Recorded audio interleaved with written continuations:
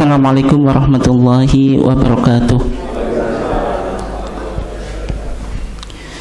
Alhamdulillahi wahdah, wassalatu wassalamu ala man la nabiyya ba'dah, amma ba'd. Yang saya hormati seluruh jajaran pimpinan cabang Muhammadiyah Balen, bapak-bapak dan ibu-ibu sekalian, jamaah ketarjian Ahad pagi yang dimuliakan Allah.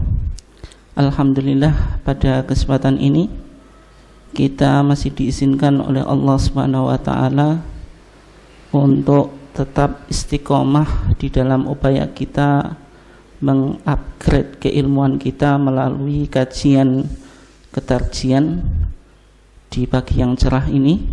Salawat dan salam semoga tetap terlimpahkan kepada junjungan kita Nabiullah Muhammad sallallahu alaihi wasallam, keluarganya, sahabatnya, dan seluruh orang yang mengikuti sunnahnya sampai hari kiamat.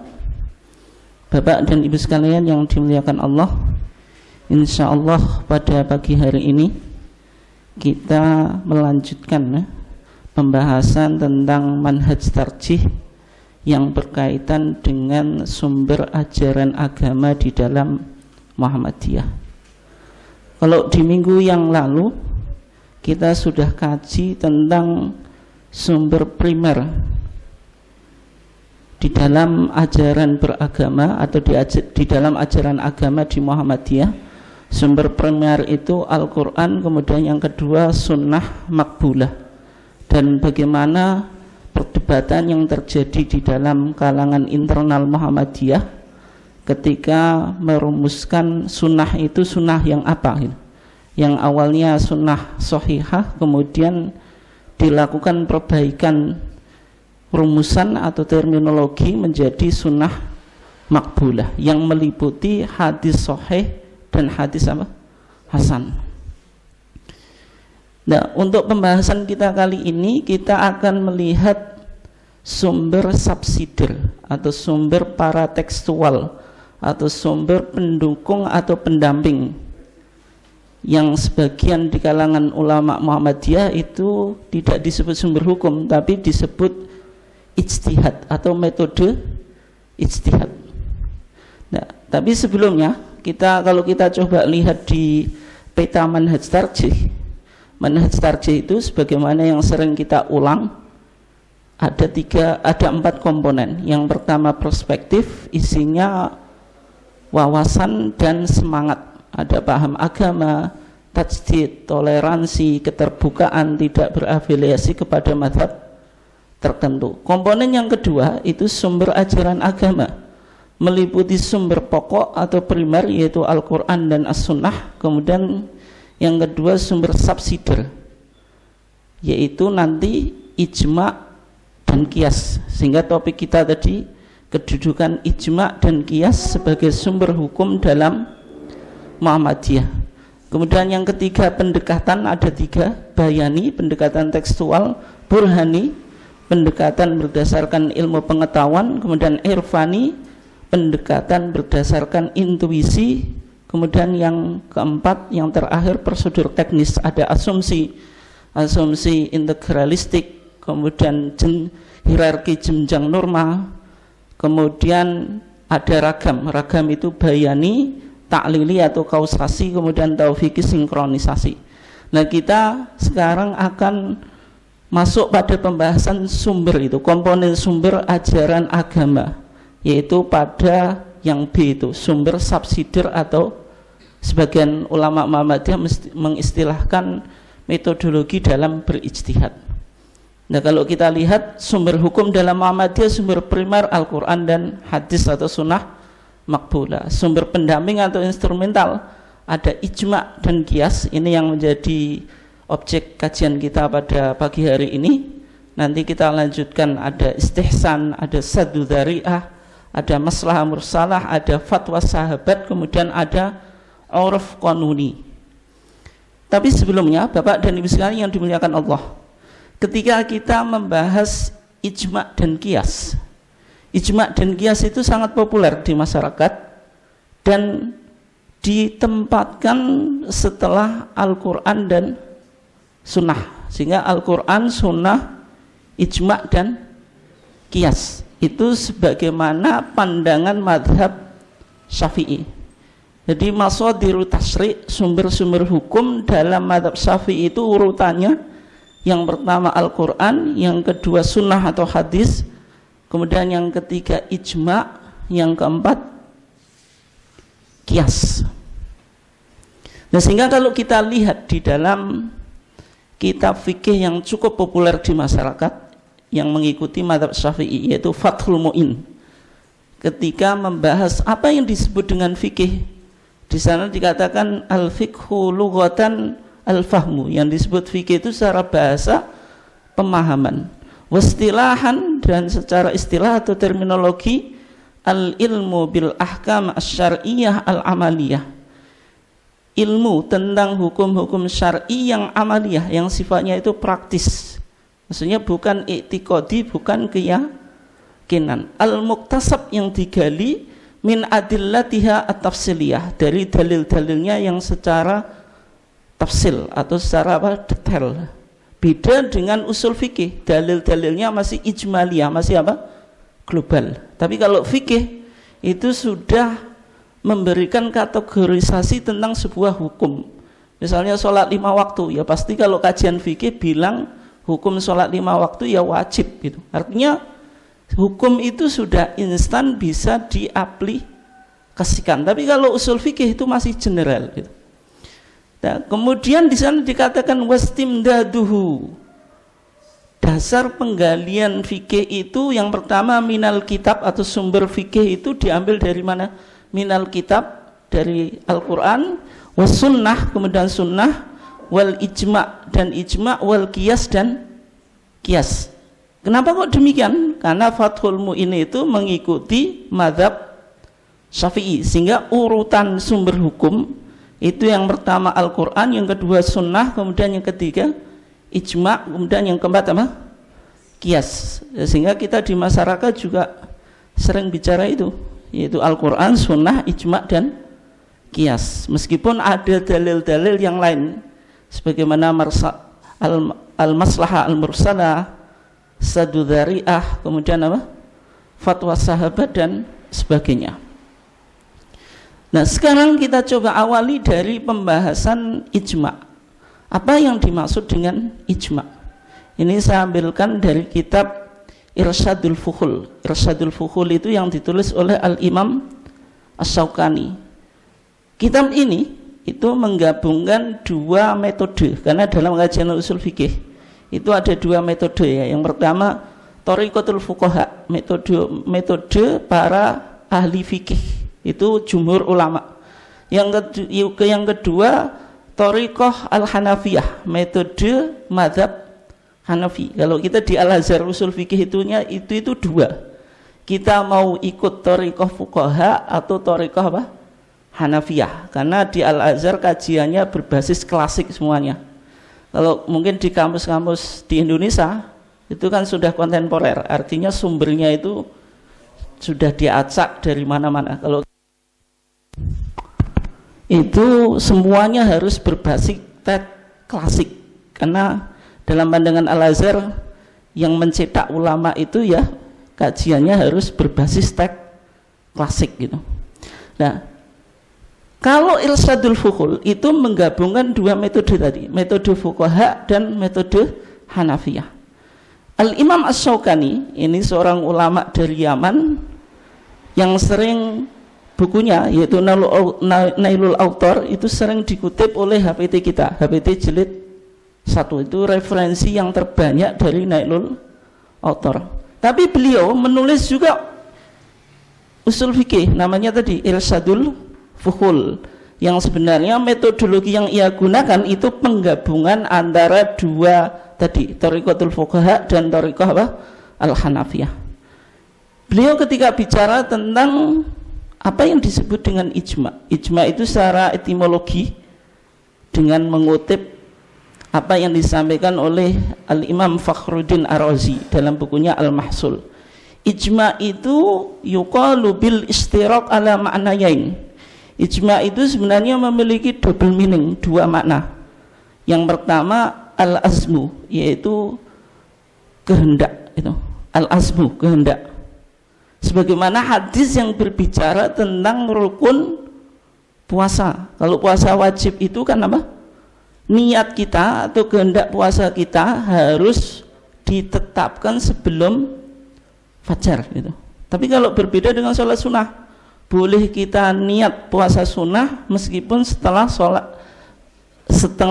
terbitnya fajar gitu. Oke. Dalilnya yang mengatakan kalau puasa wajib itu harus diniatkan sebelum terbitnya fajar, itu dalilnya bagaimana? Yaitu sabda Nabi, la siyama, tidak ada puasa. Tidak ada puasa itu puasa yang sah atau puasa yang apa? Yang utama atau puasa yang sempurna? Tidak sah. Jadi kalau disiplin di dalam usul fikih itu disebut nafyu as-sihah, menafikan validitas puasa. Karena kalau tidak, itu ada dua kemungkinan. Yang pertama menafikan validitas amalan, yang kedua apa? Menafikan kesempurnaan amalan. Apa bedanya? Kalau yang dinafikan kesan atau kesohihan, artinya amalannya ya tidak sah. Misalnya la sholata lima lam yaqra bi fatihatil kitab, sehingga orang sholat tidak baca al-fatihah ya tidak sah. Tapi di hadis yang lain, la sholata li jaril masjid illa fil masjid, tidak ada sholat bagi tetangga masjid kecuali di masjid. Itu nggak bisa jenengan hukumi kalau tetangga masjid sholatnya di rumah tidak sah. Bukan semacam itu, maksudnya la sholata itu tidak sempurna tapi tetap sah itu. Ini apa cara memahami kebahasaan di dalam kita kajian usul fikih. Dan termasuk di sini la siyama itu tidak ada puasa, maksudnya tidak ada puasa yang sah. Lima lam yujmi, bagi orang yang tidak mengijma. Ijma di sini artinya apa? Menetapkan niat asyama, puasa minalail, dari malam. Sehingga makna ijma yang pertama itu al-azmu, yaitu kehendak, keinginan gitu. Sebagaimana hadis di la siyama lima lam yujmi isyama minalail, tidak ada puasa bagi orang yang tidak mengijmakkan puasanya sejak malam. Mengijmakkan di sini maksudnya apa? Menetapkan, atau yang ditetapkan niat atau kehendak. Kemudian makna yang kedua, ijma itu ittifaq, yaitu kesepakatan atau konsensus. Intinya kalau dikatakan ajma'a atau ajma'u, mereka berijma, maksudnya bersepakat. Makna yang kedua ini yang sering apa? Dipakai. Dan kemudian secara terminologi atau secara istilahan yang disebut ijma itu apa? Ittifaqu mujtahidi ummati Muhammadin sallallahu alaihi wasallam. Kesepakatan para mujtahid umatnya Nabi Muhammad sallallahu alaihi wasallam ba'da wafatihi, setelah wafatnya, fi asrin, di suatu masa, minal aqsor, dari beberapa masa, ala amrin, atas suatu perkara, minal umur, dari beberapa apa? Perkara. Definisi ini maksudnya apa? Yang pertama dikatakan ittifaq. Ittifaq tadi kan berarti ada dua makna tadi, menetapkan niat, yang kedua sepakat. Yang di sini maknanya apa? Sepakat, berarti terjadi kesepakatan atau konsensus. Siapa yang melakukan kesepakatan? Mujtahidi ummati Muhammadin, para ahli ijtihad umatnya Nabi Muhammad. Di sini kata Imam Syaukani, ijma itu kesepakatannya harus para mujtahid. Artinya lawannya mujtahid apa? Orang awam. Berarti kalau orang awam nggak tahu hukum, nggak bisa menggali hukum dari Quran dan Sunnah, itu meskipun sepakat itu tidak dianggap apa? Ijma. Karena ijma itu harus apa? Terjadi di kalangan para spesialis atau di kalangan para ahli, sehingga ijma'nya orang awam itu tidak diperhitungkan, kan tidak memiliki kemampuan untuk menggali hukum dari Quran dan Sunnah. Meskipun nanti kita temukan di kalangan para ahli fikih, misalnya Al-Imam Ghazali mendefinisikan ijma' itu secara populis. Secara populis maksudnya apa? melibatkan semua komponen umat ini. Berarti orang awam juga ijma'nya diperhitungkan. Tapi di sini Imam Syaukani mendefinisikan ijma' secara elitis, hanya melibatkan kaum elit, yaitu kaum intelektual atau kaum ulama saja. Ummati Muhammadin, umatnya Nabi Muhammad. Berarti kalau umatnya selain Nabi Muhammad, misalnya ahlul kitab, itu ijma'nya tidak diperhitungkan ya. Berarti ijma' dalam pandangan kita ya ijma' di kalangan umatnya Nabi Muhammad ba'da wafatihi, setelah meninggalnya Nabi. Berarti ijma' itu harus terjadi setelah Nabi wafat atau meninggal. Nah, bagaimana kalau ijma' di masa Nabi? Bolehkah? Maka tidak dipertimbangkan. Kenapa? Karena di zaman Nabi itu persoalan tidak perlu untuk ijma'. Kenapa? Karena semuanya direspon oleh wahyu itu. Sehingga ijma' yang kita bahas itu ijma' setelah meninggalnya atau wafatnya Nabi. Fi asrin minal a'sor, dari suatu di dalam masa dari beberapa masa. Nah, nanti masanya apa? Terjadi klasifikasi berdasarkan periodisasi di masa sahabat atau di masa tabi'in dan seterusnya. Nanti kita coba dalami. Ala amrin minal umur, atas suatu perkara dari beberapa perkara, tapi perkara apa yang sifatnya sebenarnya konteksnya ke agamaan. Itu definisi ijma' yang disampaikan oleh Al-Imam Syaukani, meskipun tadi ijma'nya itu konsepsinya itu sebenarnya apa? Bersifat elitis, hanya melibatkan kaum elit. Nah, sehingga kalau kita coba kaji lebih detail lagi Bapak dan Ibu sekalian, konsepsi ijma' itu yang pertama berdasarkan konsepsinya itu ada yang bersifat populis. Misalnya Al-Imam Ghazali melibatkan semua komponen. Ghazali di dalam bukunya Al-Mustasfa itu ketika menjelaskan ijma' itu dikatakan ittifaqu hadhil ummah, kesepakatan umat ini. Berarti kalau umat ini ya baik ulama maupun orang awam. Tapi kalau jumhur ulama termasuk Al-Imam Syaukani tadi, ittifaqu mujtahidi hadhil ummah, kesepakatan para ahli ijtihad umat ini. Berarti definisinya atau konsepsinya bersifat apa? Elitis, hanya melibatkan kaum intelektual. Artinya orang awam ya tidak diperhitungkan ijma'nya. Kemudian yang kedua, para ulama melihat ijma' itu berdasarkan periodisasinya, yaitu di mana ijma' itu terjadi. Secara umum itu diklasifikasikan menjadi dua. Yang pertama pada masa sahabat, ijma' yang bisa diperhitungkan. Ini penting Bapak dan Ibu sekalian. Nanti untuk melihat kalau Muhammadiyah pakai ijma', ijma'nya itu bagaimana? Maksudnya kita ingin sampai ke sana. Tapi sebelumnya kan harus lewat dulu. Lewat apa? Kajian di kalangan ulama bagaimana apa perspektifnya. Ijma' yang kedua berdasarkan periodisasinya itu dibagi menjadi dua, di masa sahabat, yang kedua pasca sahabat. Yang berpandangan ijma' yang bisa dipertimbangkan itu hanya ijma' di masa sahabat, itu diyakini oleh dua kelompok atau dua madhab. Yang pertama madhab al-Zahiri. Madhab al-Zahiri itu kenal enggak? Pendirinya Dawud al-Zahiri, yaitu madhab yang sangat literalis, sehingga kias ditolak karena kias itu apa? Pendekatannya pada apa? Rasionalitas. Sehingga bagi mazhab Zahiri itu ya cara beragama itu ya hanya Quran dan Sunnah. Apa yang tidak diterangkan dalam Quran dan Sunnah itu ma'fuun, itu dimaafkan. Tokohnya pendirinya itu Al-Imam Dawud al-Zahiri. Kemudian mazhab Zahiri ini hampir punah, tapi muncul seorang ulama yang menghidupkan kembali mazhab Zahiri, yaitu siapa? Ibnu Hazm, itu menulis buku namanya Al-Muhalla ya. Sehingga mazhab Zahiri ini cukup memberikan apa? Wawasan yang sangat luar biasa dalam tradisi apa? Fikih gitu. Di luar apa? Di samping mazhab yang empat itu.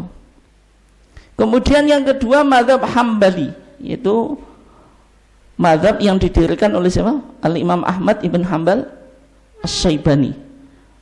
Al-Imam Ahmad ibn Hanbal Asy-Syaibani itu terkenal beliau menolak ijma yang terjadi pasca sahabat.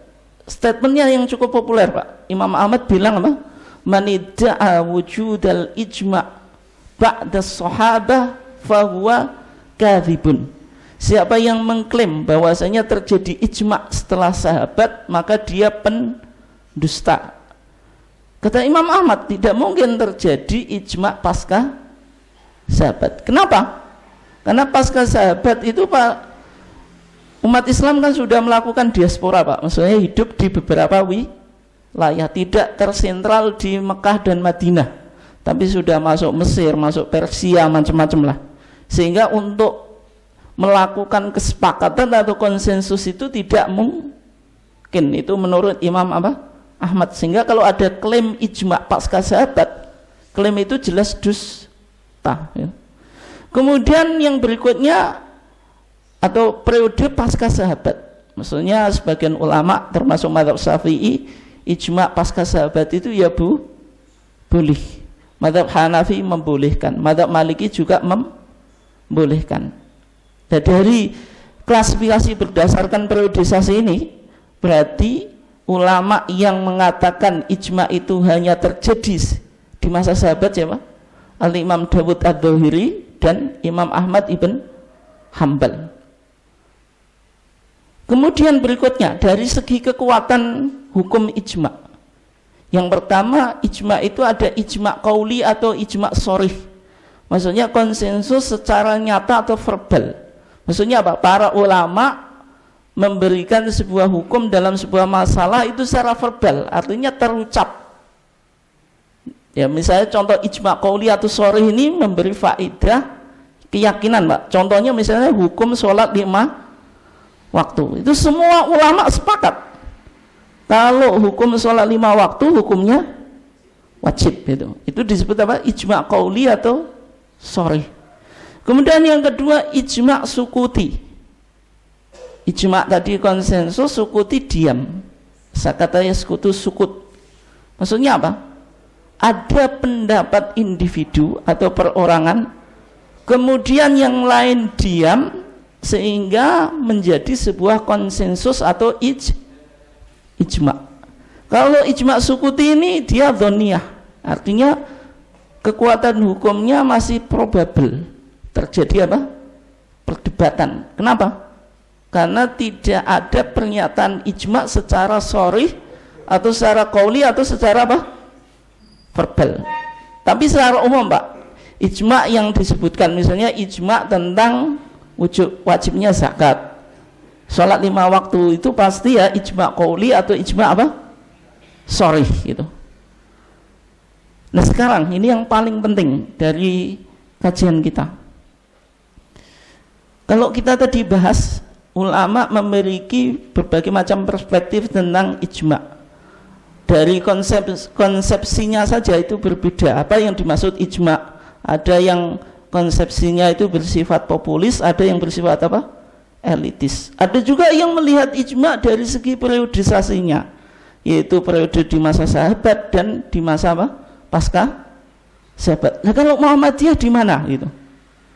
Nah, kesimpulan Muhammadiyah ini sebagaimana nanti jenengan bisa lihat di rumusan manhaj tarjih di masa Kiai Haji Azhar Basir dan Profesor Asmuni, itu 1985 dan seterusnya ya. 1985 itu periodisasi apa? Kiai Haji Azhar Basir, kemudian berikutnya Profesor Asmuni itu 1990-an itu. Di sana dimulai dirumuskan manhaj tarjih, ada 16 poin kurang lebih. Di poin yang ke-6 dikatakan Muhammadiyah itu tidak menolak ijma' sahabat sebagai dasar suatu keputusan. Ya, berarti kesimpulan kita ijma' yang diterima oleh Muhammadiyah ijma' yang bagaimana? Ijma' yang mendasarkan pada periodisasi. Artinya ijma' yang bisa diterima itu pada periode sahabat. Konsekuensinya berarti Muhammadiyah menolak ijma yang terjadi pasca sahabat. Sedikit berbeda dengan mazhab apa? Syafi'i, kemudian siapa? Hanafi, kemudian apa? Maliki. Muhammadiyah cocok dengan mazhab apa? Zahiri dan Hambali. Sebagaimana tadi pernyataan Imam Ahmad apa? Manidda'a wujudal ijma' ba'da sahabah fahuwa kadzibun. Siapa yang mengklaim terjadinya ijma' pasca sahabat, maka dia pendusta. Nah, kalau kita lihat bagaimana sebenarnya pandangan ulama terhadap ijma' sahabat, Imam Syaukani lagi nih yang kita kutip ya, di kitabnya Irsyadul Fuhul, Imam Syaukani mengatakan ijma'us sahabah hujjatun bila khilaf. Ijma'nya para sahabat itu hujjah, sumber hukum, bila khilaf, tanpa perdebatan. Berarti di kalangan para ulama semuanya sepakat kalau ijma' sahabat itu apa? Hujjah. Semuanya apa? Sepakat itu. Kemudian dikatakan wa qad dhaba ila ikhtisasi hujjatil ijma' bi ijma'is sahabat Dawud adz-Dzahiri wa huwa dhahiru kalam Ibnu Hibban fi sahihi. Dan yang menganggap ijma' itu khusus di masa sahabat Dawud Dzahiri, Al-Imam siapa? Dawud adz-Dzahiri, sebagaimana zahir pernyataan Imam Ibnu Hibban di dalam kitab sahihnya. Wa hadza wal masyhur anil Imam Ahmad ibn Hanbal, dan pendapat ini pendapat yang masyhur dari Imam Ahmad ibn Hanbal. Sebagaimana yang sudah kita bahas tadi ya. Tokohnya siapa? Dua, Al-Imam Dawud adz-Dzahiri dan Imam Ahmad ibn Hanbal Asy-Syaibani. Fa innahu qala fi riwayati Abi Dawud anhu. Sesungguhnya Imam Ahmad ibn Hanbal itu berkata di riwayat Abi Dawud darinya. Ini pernyataannya bagaimana? Al-ijma', ijma' itu ayat ba'ama ja'a anin nabi, yaitu mengikuti apa yang datang dari Nabi, wa an ashabihi, dan dari para sahabat. Berarti yang disebut ijma' itu ada sanadnya dari Nabi, Pak. Nanti penting, sanad itu apa? Ada sumbernya dari Nabi. Nanti berkaitan dengan sholat tarawih jenengan yang 11 itu menyalahi ijma' atau enggak gitu. Nah, berarti apa? Harus ada sanadnya dari Nabi. Yang kedua, terjadi di masa apa? Sahabat. Wa huwa fi tabi'in mukhayyar. Kalau ijma' itu terjadi di masa tabi'in itu mukhayyar. Boleh dipilih, boleh tidak. Dan Imam Abu Hanifah bilang, idza ajma'atis sahaba ala syai'in salamna. Kalau sahabat itu berijma', berkonsensus atas sesuatu, maksudnya sebuah hukum, salamna, kita terima. Wa idza ajma'at tabi'un zahamnahum. Kalau para tabi'in itu berijma', maka apa? Bisa disaingi atau bisa ditolak gitu. Itu pernyataan Imam Abu Hanifah. Artinya apa? Ijma' yang disepakati di kalangan para ulama itu apa? Ijma' sahabat. Kemudian berikutnya pendapat Ibnu Wahab. Ini seorang ulama dari Malikiyah. Kenapa kok ijma' sahabat yang diterima gitu? Kenapa ijma' pasca sahabat tidak diterima? Alasannya dua. Yang pertama, anna Nabiya sallallahu alaihi wasallam anba'a andalik. Karena itu pernyataan Nabi. Maksudnya Nabi memberikan informasi bahwasanya ijma' itu yang terjadi apa? Di masa sahabat. Nabi bersabda apa? La tazalu ta'ifatun min ummati 'alal haqqi zahirin. Sebuah kelompok dari umatku ini akan senantiasa dalam kebenaran. Maksudnya siapa? Ta'ifah ini ya punya landasan dari Nabi dan apa? Kemudian dilakukan, dipahami oleh para sahabat. Sehingga ijma' yang mungkin kalau bahasa kita yang lain bisa dinilai maksum, itu la tajtami'u ummati ala apa? Dhalalah, itu yang terjadi apa? Di masa sahabat itu. Yang kedua, anna si'ata aqtaril ardi, bahwasanya Bumi ini kan sangat luas. Wa kathratal adad, populasinya semakin meningkat. La yumkin dhabtu aqwalihim, tidak mungkin menspesifikan pandangan-pandangan mereka. Artinya apa? Tidak mungkin terjadi apa? Ijma. Apalagi zaman dulu belum zaman globalisasi, Pak. Kalau sekarang kan ada teknologi yang memudahkan itu. Meskipun juga apakah semua ulama juga sudah pakai medsos kan? Kan tadi kan kita katakan ijma itu kan semua mujtahid harus terlibat. Kalau tidak terlibat, kenapa kok misalnya jumhur ulama menolak ijma ahlil Madinah? Kenapa? Karena sebagian komunitas umat atau komunitas mujtahid. Gitu. Kenapa kok?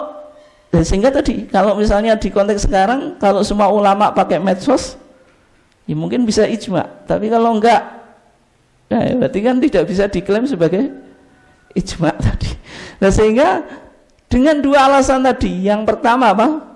Hadis Nabi la tazalu ta'ifatun min ummati 'alal haqqi zahirin. Yang kedua apa? Populasi umat ini semakin meningkat sehingga untuk melakukan ijma dirasa tidak mungkin. Tapi kalau di masa sahabat itu kan masih terfokus di Makkah dan Madinah, sehingga untuk berkomunikasi itu sangat mungkin. Tapi ketika umat Islam sudah banyak melakukan diaspora, hidup di beberapa negara, Islam sudah sampai Persia, Islam sudah sampai Afrika, maka untuk melakukan ijma semakin susah.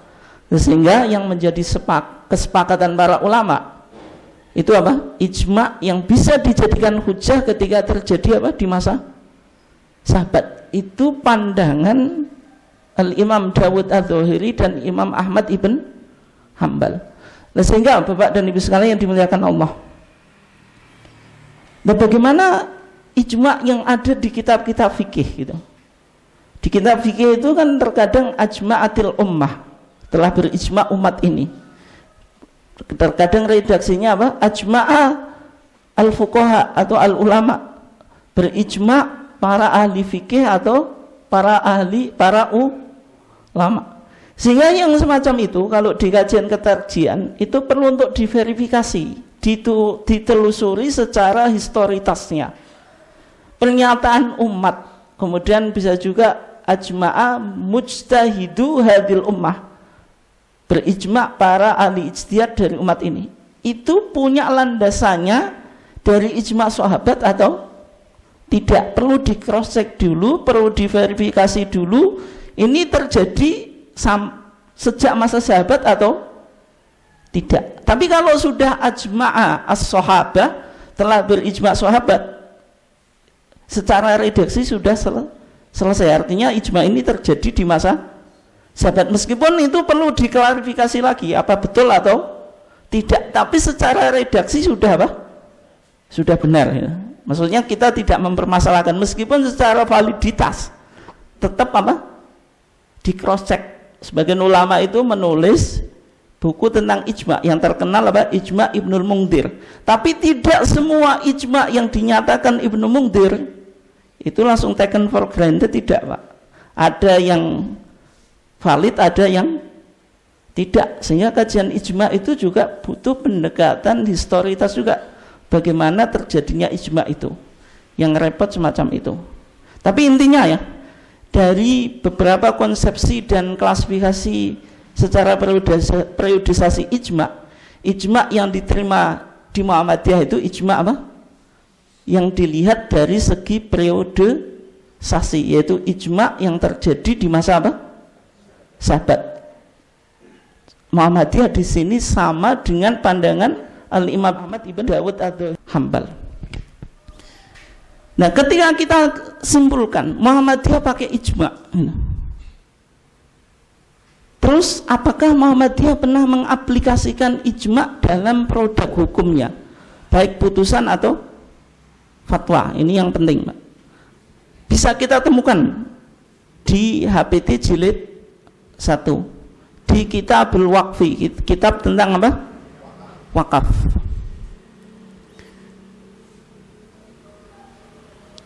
Di sana dikatakan di poin yang ke-6 ya, di ke-7 ya, walaka an tukhassisahu, 6 atau 7 ya, walaka dan bagi engkau, walaka dan bagi engkau, maksudnya kalau walaka itu apa? Boleh ya.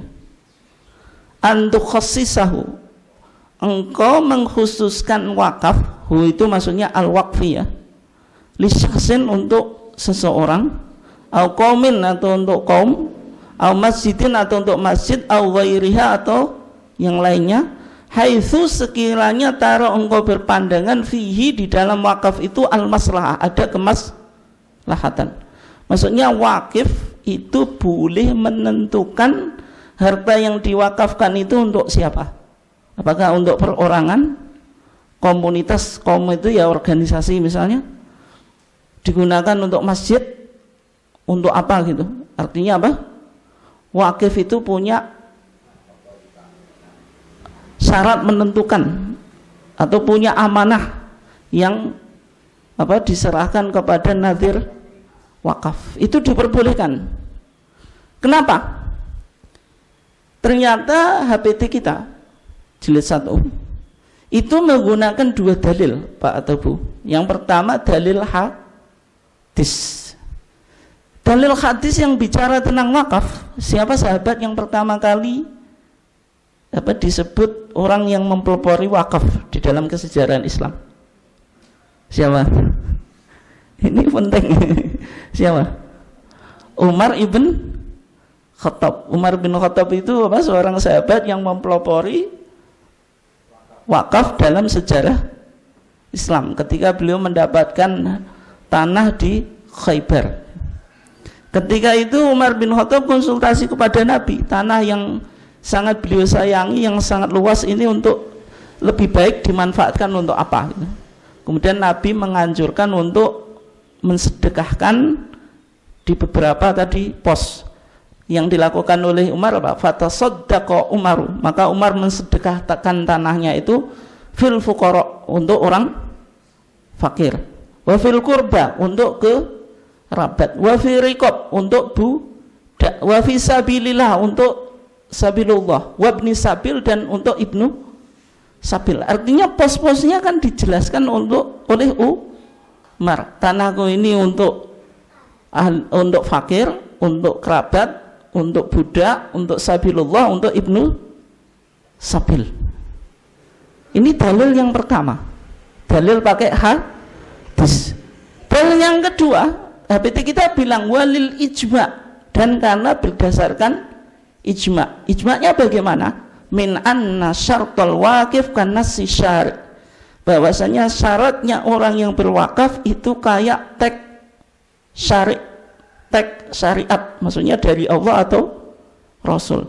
Malam yukhalif ma ja'a bisyar'u, selama tidak kontradiksi dengan apa yang dijelaskan oleh syariat. Selama syaratnya itu tidak menyalahi syariat, artinya wajib ditunaikan. Sehingga apa? Nazir itu wajib menjaga amanat apa? Wakif. Misalnya dia berwakaf untuk masjid, meskipun nanti boleh pakai istihsan, Pak ya. Misalnya ada orang yang berwakaf untuk masjid, untuk PRM, ternyata PRM-nya sudah punya masjid dan masjidnya saja jamaahnya belum penuh gitu. Misalnya masjidnya masih apa? Kurang jamaah. PRM melihat lebih maslahah untuk lembaga pendidikan, misalnya yang kurang apa gitu, belum punya MI misalnya, dibangun MI, padahal syaratnya wakif itu untuk masjid. Nah, itu nanti boleh, tapi pendekatannya apa? Istihsan, yaitu apa? Kebijakan menyalahi aturan asal karena pertimbangan kemaslahatan. Nanti kita bahas di sumber hukum yang berikutnya. Tapi intinya hukum asalnya syaratnya wakif itu tidak boleh diselisih. Berarti selama tidak ada uzur apapun, itu ya wajib ditunaikan gitu. Kemudian berikutnya, kalau tadi HPT jilid 1 ya, sekarang HPT jilid 3. Apakah Muhammadiyah pakai ijma sahabat atau enggak? Atau ijma yang bagaimana yang dipakai oleh Muhammadiyah? Di HPT jilid 3, di tuntunan sholat 5 waktu, putusan Munas Tarjih ke berapa? Ke 29 tahun berapa? 2000 berapa? 2015. Di sana ketika menjelaskan hukum membaca surat atau ayat Al-Quran setelah Al-Fatihah. Dalam sholat kan setelah kita baca Al-Fatihah, sunnah baca apa? Surat atau ayat. Tempatnya di mana? Di rakaat pertama dan kedua. Berarti kalau sholatnya thulathiyah 3 rakaat atau rubaiyah 4 rakaat, berarti di rakaat ketiga dan keempat tidak usah baca surat. Sama yang disebutkan oleh Muhammadiyah, dalilnya itu yang pertama diawali dari dalil hadis. Disebutkan hadis riwayat Imam Bukhari dari Abdullah ibn Abi Qatadah dari ayahnya bahwasanya Nabi Muhammad SAW yaqra'u fi raq'ataini al-ulayaini min sholati zuhri bi fatihatil kitab wa suratain. Nabi itu membaca di 2 rakaat yang pertama dari sholat duhur yang dibaca apa? Fatihatul kitab, yang kedua 2 surat. Maksudnya 2 surat itu 1 surat di rakaat pertama, 1 surat di rakaat kedua. Ini berarti dalil hadis. Tapi juga disebutkan dalil ijma. Redaksinya bagaimana? Para sahabat telah berijma atau sepakat bahwa setelah membaca Al-Fatihah disunahkan membaca ayat Al-Quran pada 2 rakaat pertama di semua sholat. Redaksinya apa? Para sahabat telah berijma. Kenapa kok di Muhammadiyah nggak bilang para ulama telah berijma, tapi yang redaksinya para sahabat? Ya, karena ijma yang diakui punya validitas atau otoritatif di Muhammadiyah ijma yang terjadi di masa apa? Sahabat. Tapi kalau telah berijma ulama itu masih perlu diverifikasi. Ini apakah ini terjadi di masa sahabat atau tidak? Ketika tidak terjadi di masa sahabat, ya berarti tidak bisa dijadikan landasan hukum itu. Berikutnya Pak, tadi kita katakan kalau ijma itu harus punya sanad. Sanad itu apa?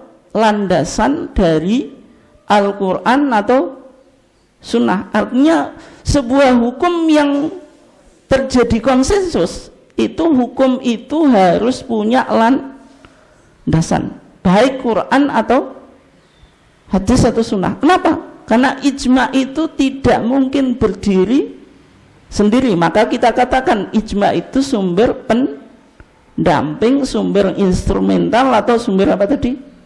Paratekstual, bukan sumber primer. Tetapi Pak, ketika sudah terjadi ijma, hasil dari ijma itu dilalahnya. Dilalahnya itu apa? Maknanya itu lebih kuat daripada yang disebutkan dalam Quran dan sunnah. Maksudnya apa? Kalau jenengan baca Quran dan sunnah itu untuk memahami bisa jadi terjadi apa? Khilaf. Tapi kalau sudah dikatakan ijma, sudah masih ada khilaf atau tidak? Tidak. Ini bisa dipahami nggak? Secara dilalah, kalau sudah ijma itu berarti lebih kuat. Meskipun ijma itu harus punya sanad dari Quran dan sunnah. Nah, sekarang yang menjadi pertanyaan Pak, ketika jenengan memilih sholat tarawih 11 rakaat, apa itu tidak menyalahi ijma? Gitu? Menyalahi ijma atau enggak? Ya. Kalau kita lihat dulu bagaimana pernyataan para ulama di dalam kitab Al-Minhaj Al-Qawim ya, yang ditulis oleh Ibnu Hajar Al-Haytami, yaitu gurunya pengarang kitab Fathul Mu'in.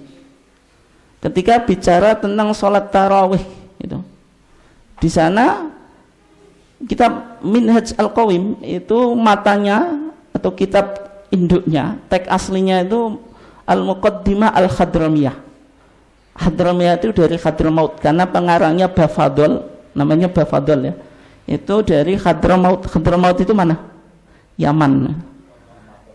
Di sana dikatakan at-tarawihu wa ya li ghairi ahlil Madinah isruna rakaatan. Tarawih itu untuk selain penduduk Madinah itu 20 rakaat. Fi kulli lailatin min Ramadan, di setiap malam daripada bulan Ramadan. Biniyati qiyami Ramadan au sunnati tarawih au salati tarawih, dengan niat qiyam Ramadan atau sunnah tarawih atau salat tarawih dan seterusnya.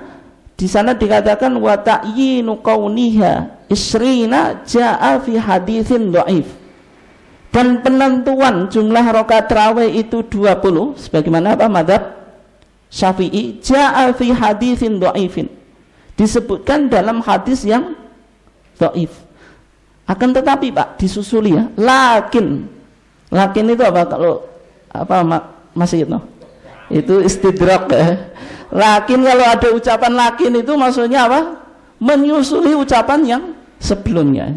Lakin akan tetapi ajma'a berijma' alaihi atas 20 itu siapa? As-sahabatu ridwanullahi alaihim ajma'in. Artinya apa? Kata Ibnu Hajar Al-Haytami, meskipun jumlah sholat tarawih 20 rakaat itu hadisnya apa? Dhaif, akan tetapi ada ijma' sahabat, sehingga ijma' sahabat dimenangkan daripada apa? Daripada tadi meskipun hadisnya apa? Dhaif. Berarti yang dipakai ijma'nya gitu. Bukan persoalan hadisnya gitu.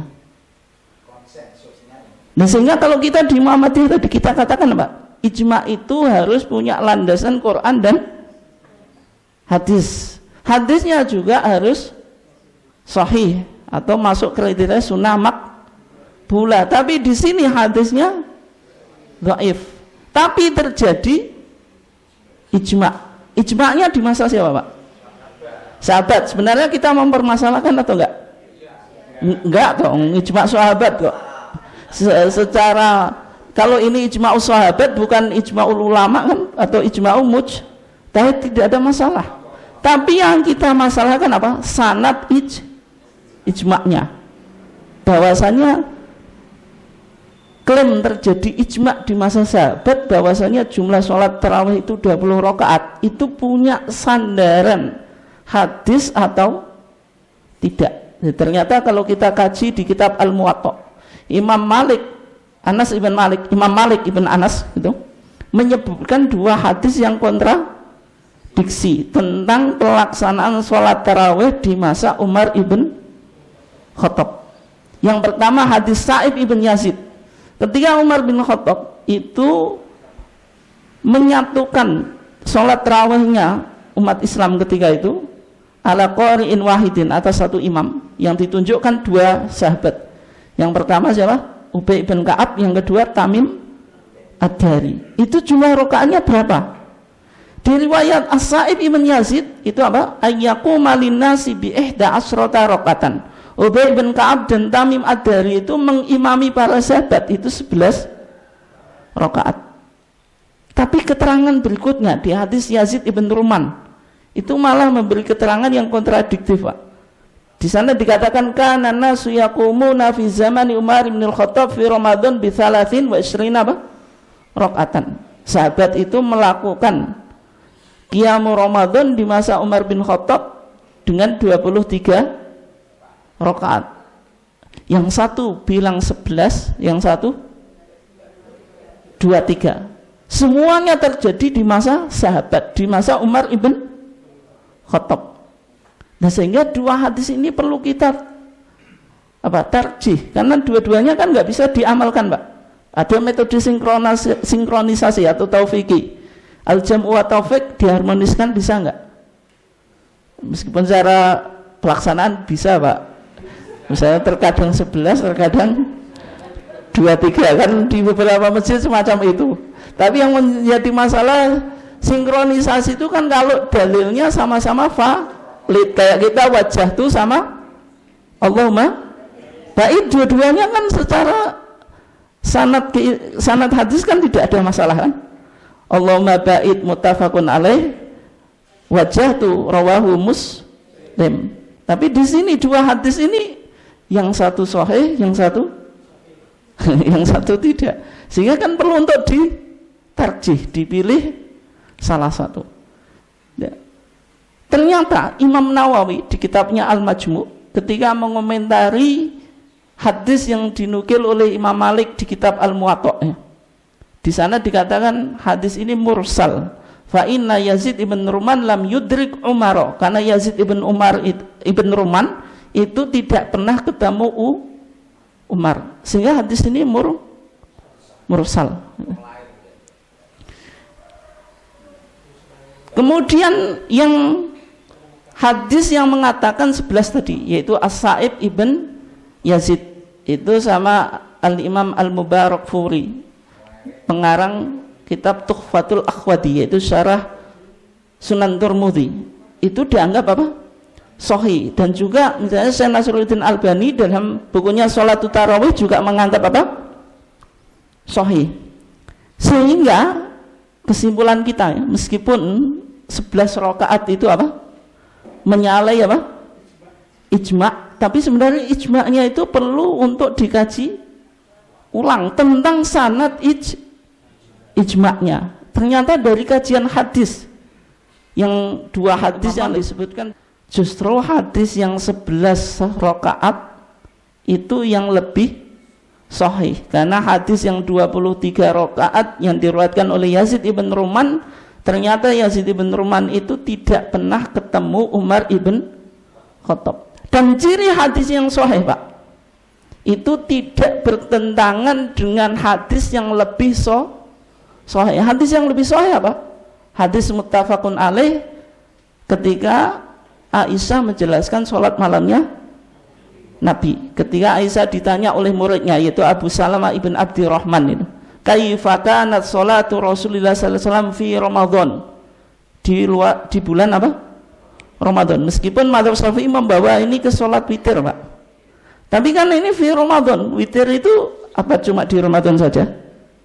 Pertanyaan Abu Salamah ibn Abdirrahman, bagaimana sholat malamnya Rasulullah fi Ramadan, di bulan Ramadan? Kalau witir kan tidak hanya di bulan Ramadan, di luar bulan Ramadan kan juga ada witir. Jawabannya Aisyah, apa? Makana Rasulullah SAW yazidu fi Ramadan wala fi ghairiha ala ihda asrata apa? Rakaatan. Nah, sehingga hadis ini mendukung kesimpulan kita kalau Ubay bin Ka'ab dan Tamim Ad-Dari di zaman Umar bin Khattab, ya terawihnya apa? 11 gitu. Ya. Artinya apa? Itu klaim ijma', meskipun dibilang ijma'us sahabah, ternyata sanadnya itu bermasalah, ya. Bisa dipahami, ya. Oke, waktunya masih lama atau enggak? Sudah habis, ya? Padahal baru ijma' saja, Pak. Tadi sebenarnya 2 topik, ya. Oke, mungkin sekian karena waktu kita cukup pendek, meskipun saya menyiapkan 2 topik tadi, ijma' dengan qiyas. Oke, silahkan kalau ada yang ditanyakan. Monggo.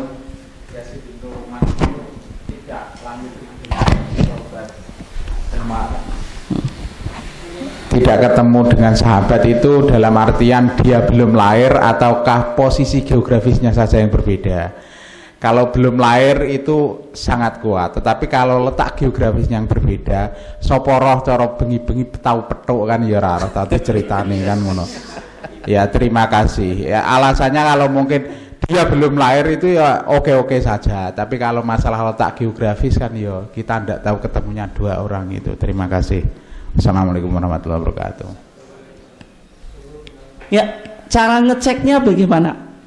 Di dalam ilmu hadis itu ada al-jarhu wa ta'dil. Ada beberapa kitab yang berbicara tentang al-jarhu wa ta'dil. Al-jarhu itu mencacat atau mengkritisi seorang perawi, ta'dil itu memberikan apa?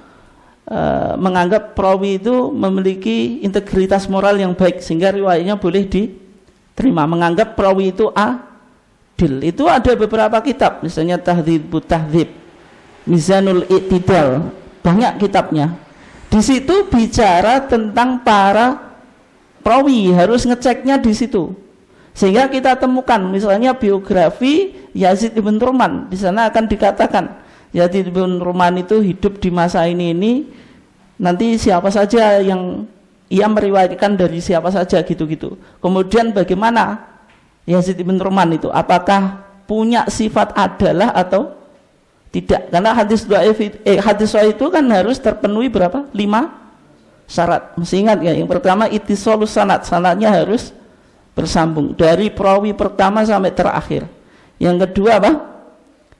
Perawinya harus adil, memiliki integritas moral yang baik, beriman, tidak fasik dan seterusnya. Yang ketiga apa? Dhabt, yaitu memiliki kecerdasan intelektual. Kalau tamamu dhabti itu hadisnya sahih, kecerdasan intelektualnya sempurna. Kalau khafifu dhabti tidak begitu sempurna, itu hadisnya apa? Hasan. Kemudian yang keempat apa? Adamus syudud, tidak melakukan anomali. Seorang perawi menyalahi keterangan para perawi yang lebih thiqah, lebih terpercaya. Dulu pernah kita bahas ya tentang hadis menggerakkan jari telunjuk pada saat sholat. Itu kan hadis yang menggerakkan itu ternyata apa? Syad, yaitu anomali gitu. Perawinya namanya Ziyadah ibn Qudamah, itu anomali. Kemudian yang berikutnya ada illah atau cacat gitu. Nah, sehingga Yazid ibn Ruman tadi misalnya dari segi adalahnya bagaimana, itu dijelaskan di kitab tadi Al-Jarhu wa Ta'dzil gitu. Ya, cara mengeceknya semacam itu ya, bukan asumsi. Ini dulu bengi-bengi pernah ketemu mal, itu kan asumsi saja. Artinya harus berdasarkan data ya gitu. Nah, data nanti dengan berbagai data yang muncul jenengan bisa melakukan analisa gitu. Tapi kalau sekedar asumsi itu harus dibuktikan oleh data. Makanya kajian kita ketarjian itu membuktikan data yang ada di Muhammadiyah, bukan asumsi orang Muhammadiyah. Kan orang Muhammadiyah banyak beranggapan oh gini-gini. Ternyata praktek yang dilakukan oleh Muhammadiyah dicek dengan HBT nggak matching gitu. Meskipun itu dipraktikkan oleh orang Muhammadiyah, tapi kan kajian kita berbasis data. Dan biarkanlah data itu yang berbicara, baru kita analisa. Bukan asumsi dulu baru ternyata asumsi datanya nggak ketemu juga. Oke ya, mungkin sekian kajian kita, kurang lebihnya mohon maaf. Kita tutup dengan bacaan hamdalah. Assalamualaikum warahmatullahi wabarakatuh.